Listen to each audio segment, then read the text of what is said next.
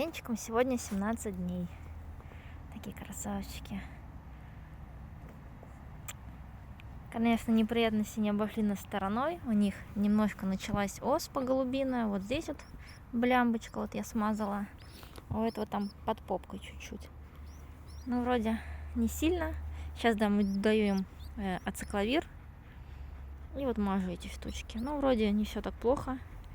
Говорят, что поздние голубята очень подвержены этому, поэтому вообще в августе уже сезон прекращают. Но так как у меня они только совсем недавно появились, это вообще мои самые первые малыши. А так все хорошо. Растут. Опа. В месяц уже летать будут. Очень нежные цвета получились.